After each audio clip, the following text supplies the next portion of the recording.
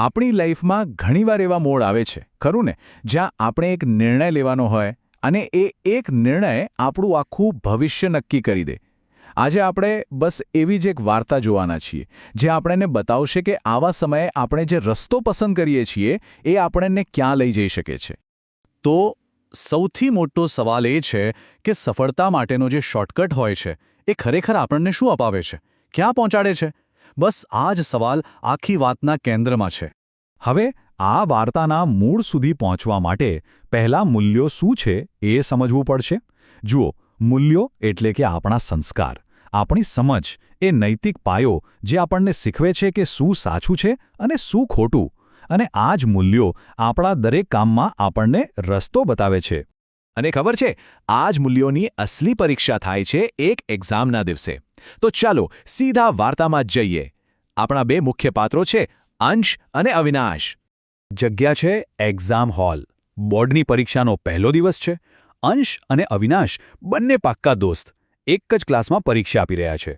અત્યાર સુધી તો બધું એકદમ નોર્મલ ચાલી રહ્યું છે, પણ થોડી જ વારમાં આખી સિચ્યુએશન બદલાવાની છે. પરીક્ષા શરૂ થાય છે અને થોડી વારમાં જ બે અજાણ્યા માણસો ક્લાસમાં આવે છે અને સીધા અવિનાશ પાસે જઈને એને અમુક પુસ્તકો પકડાવી દે છે. આ કોઈ સામાન્ય પુસ્તકો નથી. આ તો ચોરી કરવા માટેની સામગ્રી છે જે તેના પોલિટિકલી પાવરફુલ પપ્પાએ સેટિંગ કરીને મોકલાવી છે. બસ અહીંથી જ અસલી પરીક્ષા શરૂ થાય છે.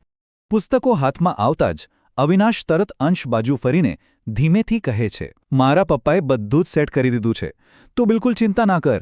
હવે આ ખાલી એક ઓફર નથી, આ તો અંશની પ્રામાણિકતા પર સીધો હુમલો છે. તો હવે અંશ બરાબરનો ફસાયો છે. એની સામે બે રસ્તા છે અને કયો રસ્તો પકડવો એ નક્કી કરવું બહુ જ અઘરું છે. અંશનું મગજ જાણે બે ભાગમાં વહેંચાઈ ગયું છે. એક તરફ છે એના પપ્પાએ આપેલા સંસ્કાર, ક્યારેય ચોરી ના કરવી, ખોટું ના બોલવું, ભલેને ઇજ્જતથી નાપાસ થવું પડે. અને બીજી તરફ છે એના મિત્રની લાલચ, અરે બધું સેટિંગ છે, આપણે નહીં પકડાઈએ, આપણા માર્ક્સ બધાથી વધારે આવશે. પણ આ બધા વિચારોની વચ્ચે એના મનમાં એના પિતાના શબ્દો વારંવાર ગુંજી રહ્યા હતા કે બેટા, ચોરી કરીને પાસ થવા કરતાં નાપાસ થવું 1000 ગણું સારું છે. બસ આ જે એક વાક્ય એના નિર્ણયનો પાયો બની ગયો. અને એટલે જ અંશે મક્કમ મને નિર્ણય લઈ લીધો. એણે અવિનાશને ચોરી કરવામાં મદદ કરવાની ચોખ્ખી ના પાડી દીધી. એણે નક્કી કર્યું કે ભલે જે પણ પરિણામ આવે એ પોતાની મહેનત પર જ ભરોસો રાખશે. અને આ જ હતો વાર્તાનો સૌથી મોટો ટર્નિંગ પોઈન્ટ. પણ સાચો નિર્ણય લીધા પછી બધું આસાન નથી હોતું. હવે વાર્તા એક નવા પડાવ પર આવે છે, જ્યાં શંકા છે, ડર છે અને પરિણામની ચિંતાજનક રાહ જોવાની છે. પરીક્ષાઓ પૂરી થઈ ગઈ. અવિનાશ અને એના મિત્રો તો પોતાની સફળતા પર ખુશ હતા. એ લોકો અંશની મજાક ઉડાવતા, એને સત્યવાદી હરિશ્ચંદ્ર કહીને ચીડવતા અને મોટી મોટી વાતો કરતા કે જોઈ લેજે, તારા કરતાં અમારા માર્ક્સ તો ઘણા વધારે આવશે. આ બધું સાંભળીને સ્વાભાવિક છે કે અંશનું મનોબળ તૂટવા લાગ્યું. એકદમ હતાશ થઈને અંશ ઘરે પહોંચે છે અને એના પપ્પાને બધી વાત કરે છે. એના મનમાં એક જ ડર હતો કે ક્યાંક એની મહેનત પાણીમાં ન જાય અને ચોરી કરનારાઓ એનાથી આગળ ન નીકળી જાય. ત્યારે એના પપ્પા એને હિંમત આપતા કહે છે, બેટા, મને તારા પર ગર્વ છે. પરિણામ જે પણ આવે, પણ તે જે કર્યું છે એ એકદમ સાચું છે. આ શબ્દોએ અંશને ઘણી હિંમત આપી અને એના નૈતિક નિર્ણયને વધુ મજબૂત કર્યો. પછી થોડા દિવસો આમ જ પસાર થઈ ગયા. બધું શાંત હતું.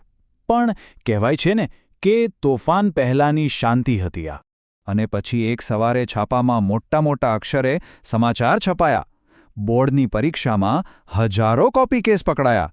બોર્ડે આવા બધા જ વિદ્યાર્થીઓની પરીક્ષા રદ કરવાનો નિર્ણય લીધો છે.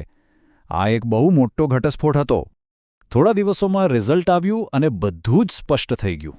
અંશ સારા માર્ક્સ સાથે પાસ થયો હતો અને બીજી બાજુ અવિનાશ અને એના મિત્રોનું નામ કોપી કેસમાં આવ્યું અને એમની પરીક્ષા રદ કરી દેવામાં આવી.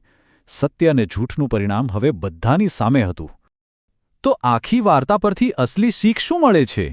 ચાલો હવે આના સૌથી મહત્વના ભાગ પર આવીએ, જે આપણને સફળતાના સાચા રસ્તા વિશે જણાવે છે.